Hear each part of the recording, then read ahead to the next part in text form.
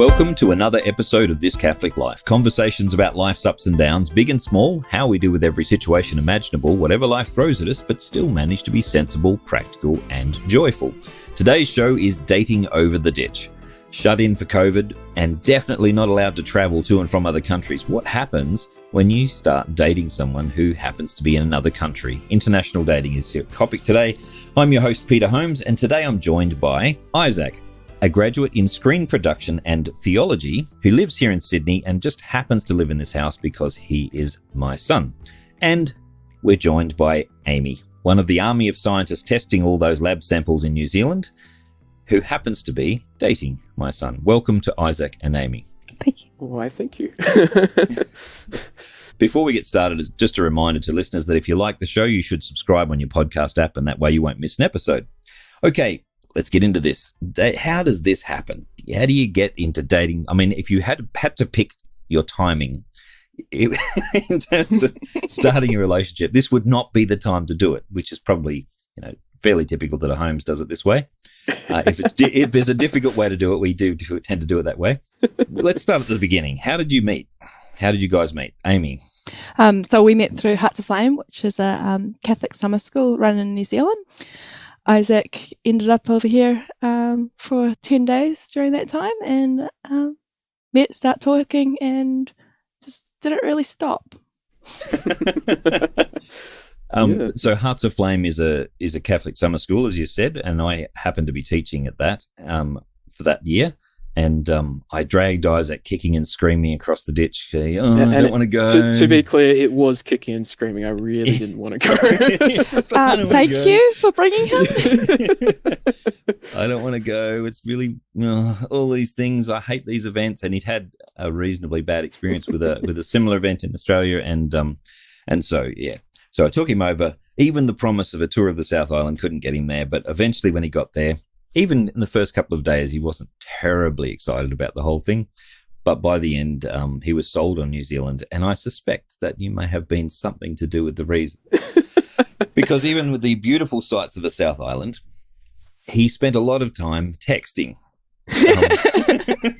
Yeah. So from your perspective, Isaak, how did you meet? Well, drag kicking and screaming across to New Zealand, which I'm quite happy to be pulled up on now because, I'm very happy that I was dragged over there. Yeah, Hearts was an awesome thing, which I really hope I can get back to next year. But Hearts itself was awesome, and I also happened to meet someone incredibly interesting there. And it was only about halfway through, as we've discussed many times, that I kind of really noticed Amy. And basically, after Hearts on it, there's been an odd day here or there where we have not spoken, but for the most part we've basically spoken every day since, and it's been pretty awesome. Now, when you say spoken, you're not able to catch up in person. In fact, after you left Hearts, you haven't seen each other in person. So you weren't dating when Hearts finished up, in inverted commas, so dating, whatever that means, and we'll talk about that in a second. Firstly, I'd have to say, when did you decide that you were dating? As in, how does one make that decision when you're across the ditch? And what is it? What does dating even mean? Because that leads on to all the other questions of how do you do it online? Well, it's a lot to break down in that. After Hearts, we were talking for a month and a half, and then we started video chatting, and then I planned a trip to come over and to visit Amy. And unfortunately, that was just when all the restrictions were coming into place. So if I recall correctly, it was about 2 weeks before I was due to fly out that the 2-week quarantine came into effect. And we did the longest 2-week quarantine ever. We did discuss the possibility, but decided not to. And then I think it was the week of I was due to fly out. It was a full border shutdown, and basically we looked into doing the how to move on from there. From your perspective, Amy, is that about how it happened, or? Yeah, it was quite funny because it took me about a month to clue on that he was actually interested in me. We were kind of just yarning. He was telling me about the South Island trip. I was telling him about a camp I was running. And so January was just really busy, and I just didn't even realize. And then about a couple of weeks after I had clued on to the fact that it was a little bit more than just friendship, he made his intentions clear. I have to say his family had many more suspicions earlier than that, because the Maori lads at the conference were excellent, but they don't make you smile like that, not through January. So anyway, so how does that work? What is dating? Like, I mean, you obviously had some pre-ideas before you began dating, but has that changed? Firstly, what is dating? Has your idea of dating changed through this experience? So for me, dating is basically getting to know another person with intentions in mind. And like, obviously, the Christian dating versus the non-Christian dating have slightly different intentions. So it's helpful when you're both on the same page to start with on that meaning. So let's pull that apart a bit. You said Christian and non-Christian. I'm going to sort of tease that one a little bit, because there are some non-Christians who do believe in dating as what they might call old-fashioned kind of courtship. And if I dare to use that word, courtship, many. I kind of use it. You use the word courtship. Yeah, because the way I would see the standard process of dating someone is you go on dates with them, you're dating them, and then you at some point agree to be in a relationship, to be boyfriend, girlfriend, and then courting at that point with the end goal of marriage down the track. But yeah, that's kind of the way I see it. Right. Yeah. So dating comes before courtship, in your opinion? Yeah. Okay. Kind of the way I see it. I think Amy, you look a bit dubious there. Amy's got a slightly. We did have a couple of discussions because, my opinion was more like you go on a couple of dates and then you decide to start dating, which is when you become boyfriend, girlfriend. We're making good use of that word, aren't we? And it seems to mean different things. English language. Yeah. For me, the historical courtship thing it's a good way of differentiating Christian dating from the secular culture, which, is more intentional rather than just a way of, I guess, getting rid of loneliness. So in other words, it's not just hanging out with someone because you enjoy their company. There is actually, you keep using the word intention there. So what's your intention? Now, it doesn't mean you're automatically going to marry someone you're dating, but it means that you're actually testing the waters. You're seeing if this will work. Is this a possible person to be married to? But how does that work when you're not able to hang around in the same place? You're kind of online all the time or on the phone.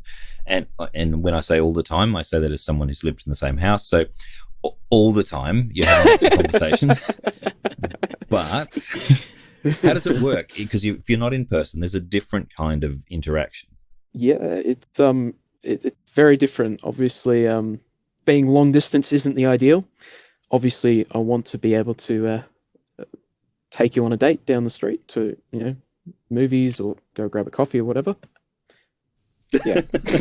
Just got to be a lot more creative around how you actually do things, I think. Right. So have you been creative? Yeah, it's also. I was also going to say that it's also about it's helps having met each other in person first as well. Rather, like it's a whole nother meeting in person and then dating online is different to meeting online and dating online, because you have met that person, you do know what they're like in person, you do know a little bit about them before you know at least that their profile pic is accurate. Yeah.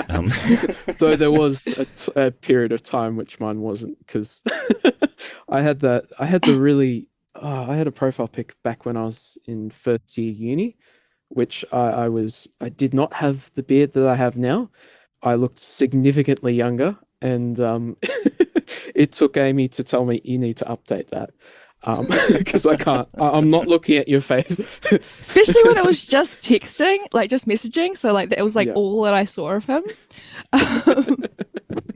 Yes, so that's one of the only reasons why I posted something on Facebook this year was to update my profile pictures so she had something else to look at. Otherwise, I generally stay off it. So tell us more about being inventive. How, if you're going to be inventive in the ways you have a date, give us perhaps we'll start with Amy, but give us an example of an inventive way of interacting and getting to know each other better online. Well, we've actually got quite a list of different things we've come up with as far as like things to do. So let's go. So I'll start. So first we started off with just chatting on Facebook, on Messenger. Then we started with a few little games here and there, like just sometimes quizzes, sometimes just banter. Just mucking around, really. Yeah. Yeah. Trying to make each other laugh. I think a lot of the early on That was a big one. 'Cause, funny faces. Yeah, definitely had a strong motivation to make her laugh, and did my best to do that. A lot of video chats. I think I've realized that we might have something there when we started chatting on a Sunday around like 10 or something, and it was well after dinner 4 by or the 5 time hours that day. Yeah. It was like one of our first chats on the video chat, and I'm like, oh, okay. That did not feel like 8 hours. A bit longer than that, yeah. Just clarify that it didn't feel like 8 hours to you. Go on. Okay. Go on. So some other ideas of, I mean, what you can only chat for so long before it gets same-ish. So what next? I ended up sending a whole bunch of silly little videos to her, just basically of me in the backyard or in the house, trying to skirt around the family. But while I was doing it, videos from everything from hunting for a piece of sliced honey glazed ham in the backyard to building a miniature bird nest 101. Just lots of silly little things. And that happened for a bit. We also, for a period of time, we also wrote each other. We came up with our own superhero origin stories for each other. And that was a bit of fun. He was so surprised when I started writing him one. I was, yes. Pretty cool. But yeah, little things, things you wouldn't normally do, or you might do regularly on a date. Like I recall sending videos of me doing, every accent I could at the time, different voices, just trying to be silly. And for the most part, I think I came off as quite silly, and to anyone else, I'm sure not as appealing or attractive perhaps, but seemed to hit the right notes in some areas. You've also had some formal kind of dates. So how do you go about having a formal date when you're actually not able to be in the same place? Yeah, we basically scheduled an actual time because we're like, okay, so like, how do we go about an actual date? So you'd usually invite someone to the date with a set time. So we did that. We got dressed up because you'd usually get dressed up and go out. We made our own dinner because we couldn't just order food. And then we also set up, not that we had planned to, but we both ended up setting up like a little area backdrop for the date. And then we sat down on opposite ends of the camera and had had the closest thing we could to a date. And may have done that a few times. We both got to dress up a bit fancy. Yeah, and pull some faces and yeah. So how do you go about? Pull some faces. How do you go about meeting the fam?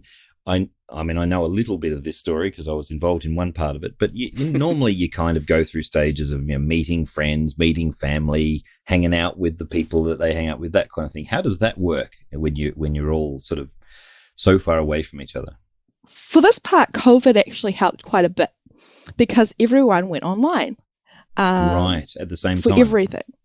So, like in New Zealand, I know that there was so my sports team had a quiz night where everyone was zooming in from their lounge, and so I was able to invite Isaac to that.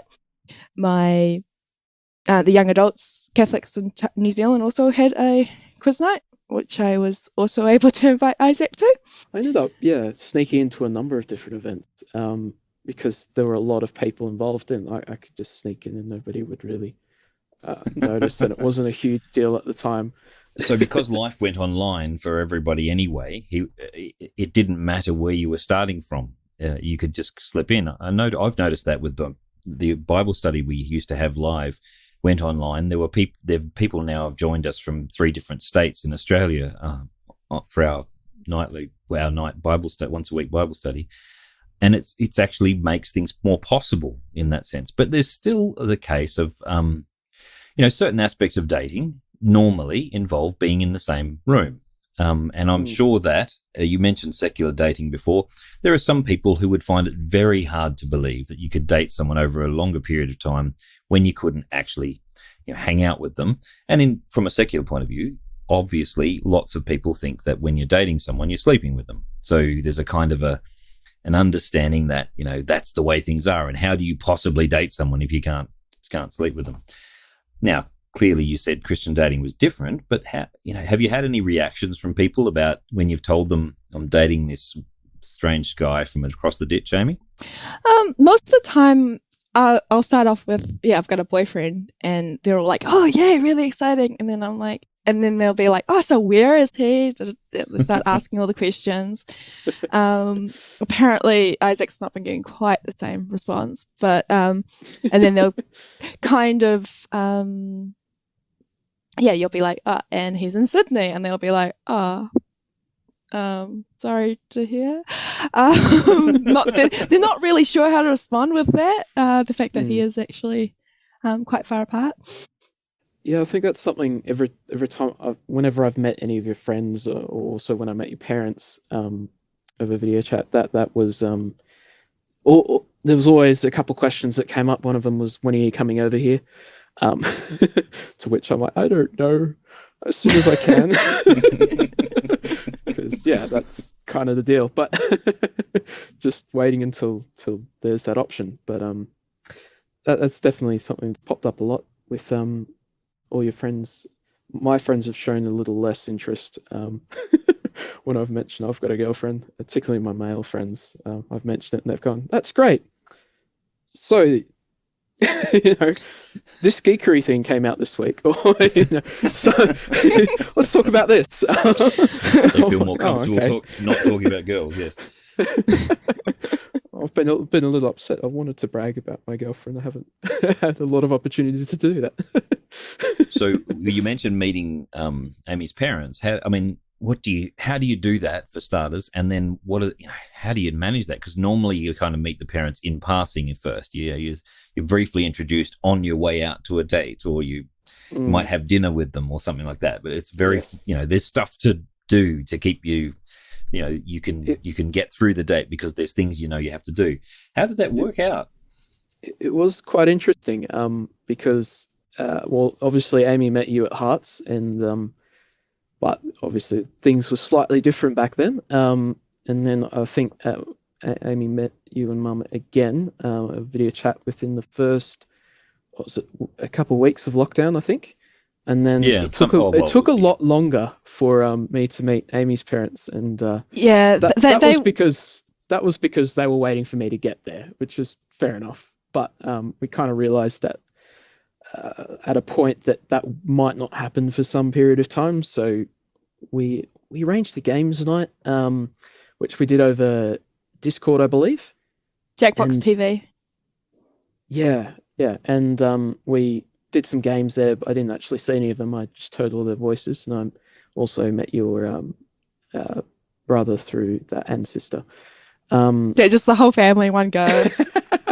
Yeah, playing some games, which is a lot of fun actually. And then later met them over video chat, and that was obviously not the usual experience one would have in dating of usually have an activity to do or something to do, like have dinner.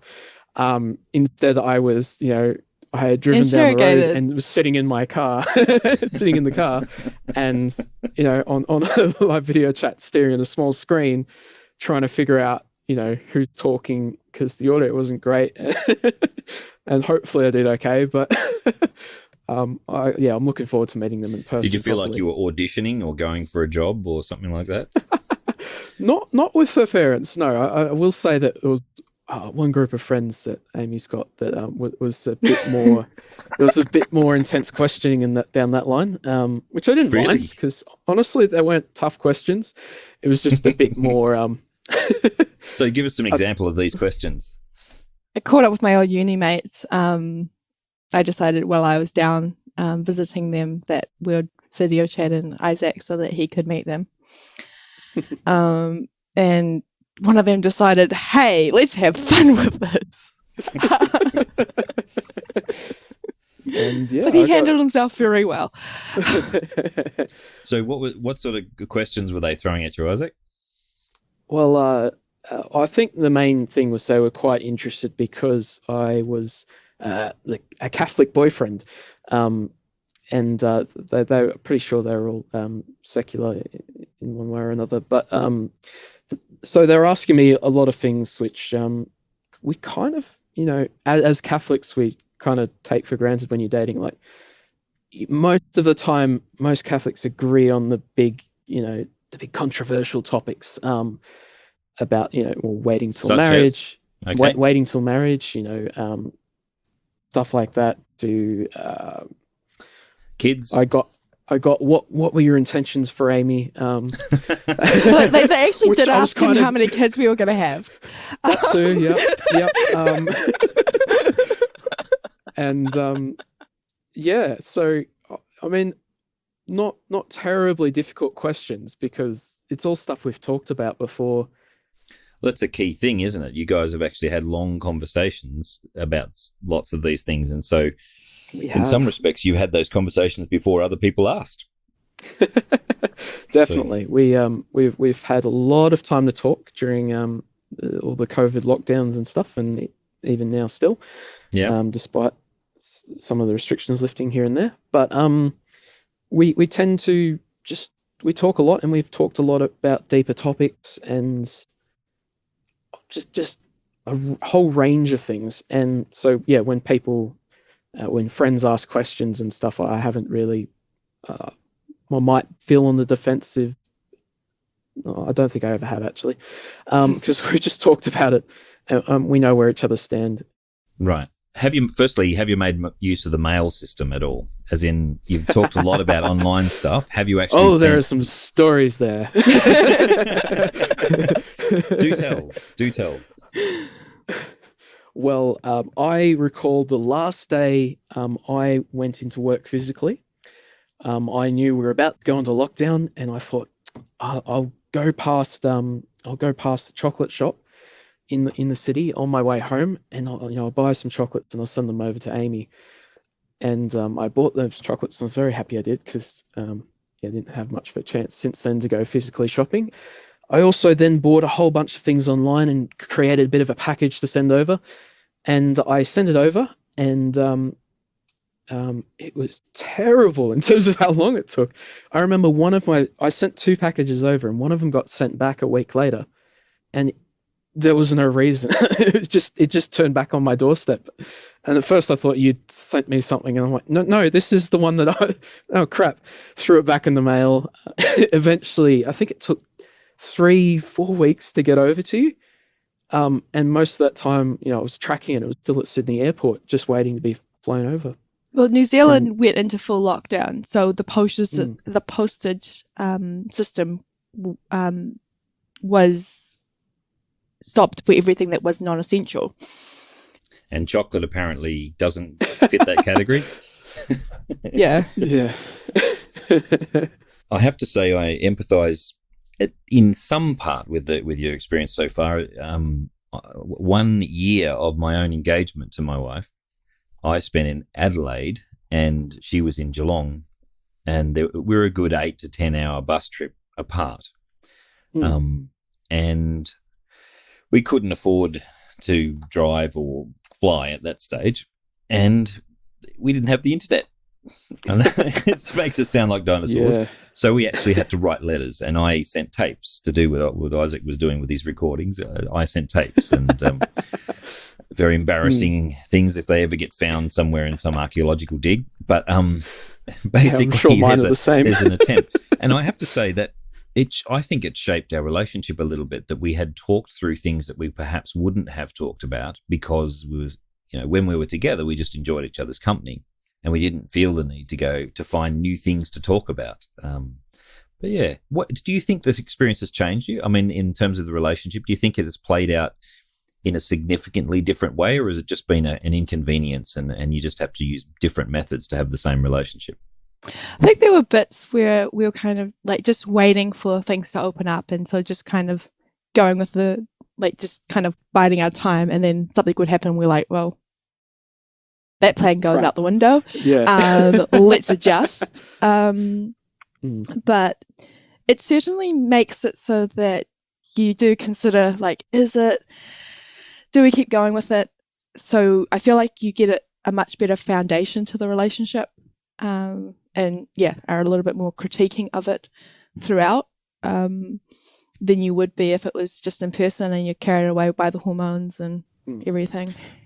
Yeah, that's definitely something we've talked about a lot, is that, we, because of the distance and because, we're not physically with each other all the time, we have a lot more chance to use our heads in thinking through things. And there's also, the distance and just because it's online all the time, we do tend to think through things a lot. And as the relationship has progressed, we've been doing a lot of that thinking out loud to each other, and being quite open about that side of things. And it's not always rose tinted. There are some tough days. I recall, particularly when we thought the borders were going to open. It was looking likely that it could be end of July sometime, and this is a month or two ago when this is happening, and I was fully immersed in all the news, trying to find daily the first updates. Bit of information. I was giving Amy daily updates, trying to when's it going to happen, where's it going to start. And then the Victoria outbreak happened, and now the second lockdown in Victoria, and I remember being very quite down and upset about that, because we were both I know I was getting very excited to, it's going to happen really soon. And then change of that news to suddenly, it may happen at Christmas or next year sometime. Oh dear. And you're just like, Will you be able to? The question is that after all of this, when you eventually manage to get on a plane, one of you, and spend some time together, will you ever look a webcam in the face again? I think it's definitely had its uses. But if honestly, it's not there's no competition. If I can be with Amy in person, I would be, and that's just the way I see it. So webcams, technology we have is excellent and very useful during this time. Definitely, if we didn't have it around, it'd be much more difficult to talk as regularly and as often, and as much as we like to at the moment. It is nice being able to see him as he talks. Yes, because you do get a bit more of a bit of a picture. As I know personally, I read faces and tones and all that quite a bit. So I was quite pleased when we moved from the messaging to actual talking, and So the question I have to ask is that it's possible, one of the dangers of meeting people online, now you didn't meet online, but one of the dangers of meeting people online is it's possible to project a particular persona online and not be accurate to the person you are in everyday life. And so often the dating in person, you get to know someone, for example, when they're stuck in traffic, or when they have bad internet, and they say, you shouldn't ever marry someone until you've seen them with a slow internet connection. Then you find out who they really are. We've tested that. There have been some days with poor internet connections on both ends, and phone calls, and when we've gone on walks outside the house, and other things. There's definitely been some of that. Yes, definitely some poor internet connections. So I recall one particular day, I think we attempted across 5 hours, and I think I called you back. It kept cutting out 20 or more times. And I don't think we got more than 5 minutes at a time, but we kept trying anyway. Right.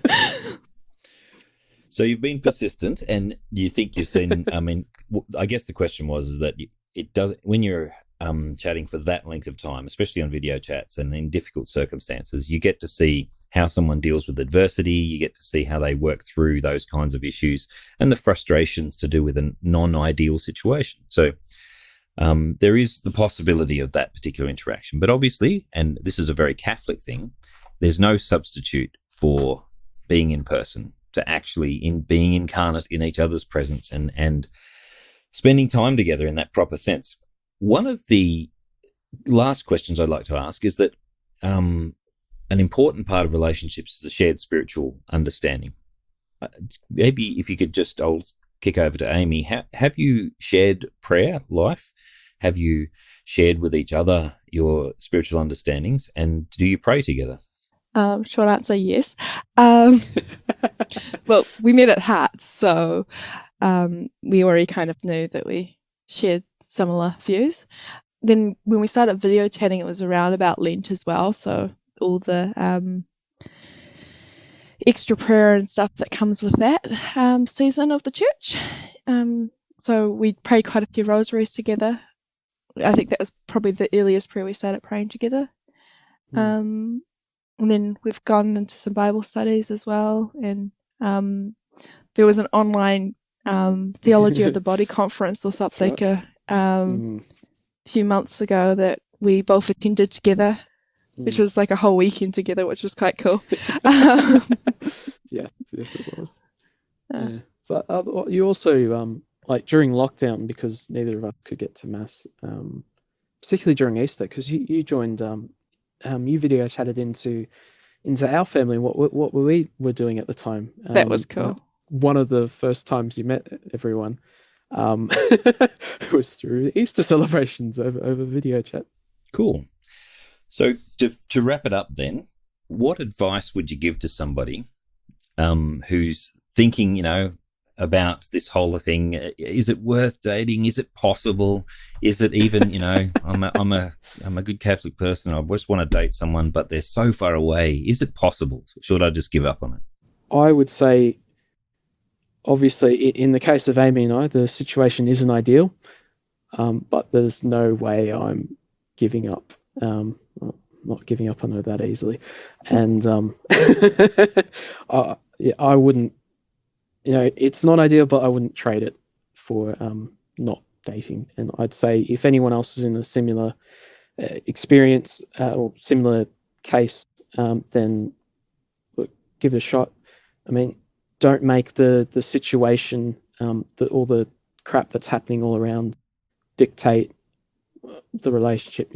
Focus on the relationship, make everything else work around it. Yeah, it depends on the person. Like if it's worth it. Like if the relationship doesn't have much backing to it, then long distance is never going to work. But if the person's worth it, then yeah. Who cares if there's a few distance between you, and who cares if it's going to be a while before you can actually see each other in person.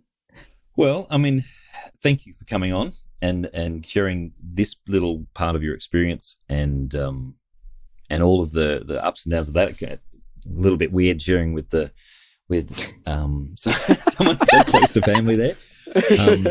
So thank you. It's been very good to hear. And also I think there's lots of other people who, even if you're in the same city, you might not be able to see each other in the same way that you would normally be able to see each other. Even if we're in the same city, people won't be able to go out and have that coffee down the street in the same casual way, if you like, that everyone else. So maybe there's something in this for quite a few couples out there. There's certainly, I've been watching Isaac's and taking hints for possible ideas that I can even make things more interesting for my wife and I. So thank you for sharing. And that's it for this week's podcast. If today's discussion got you thinking and arguing with your podcast device, let us know. You can subscribe to the podcast at thiscatholiclife.com.au. You can tell us what you liked or what your ideas for dating are, whether you should or shouldn't, and drop us a line at one of the social media platforms, Twitter, Instagram, Facebook, or Discord. And you can find all the links in our show notes. Be sure to write us a review on iTunes. Get the word out. This is a uniquely Australian Catholic podcast, and we think that's an idea worth getting behind. So tell your friends. Now, at the end of each show, we like to say hello to someone. So who would you like to say hello to, Isaac? So many, but I think I'll shout out to all the essential services, all the doctors and nurses and all the people working on the vaccine and all of that. Shout out to all you guys. Thank you for all the amazing and hard work that you do. Right. Amy? Shout out to everyone that was at Hearts with us, and the planning team that are currently working on getting next year up and going. Cool. I'm going to shout out.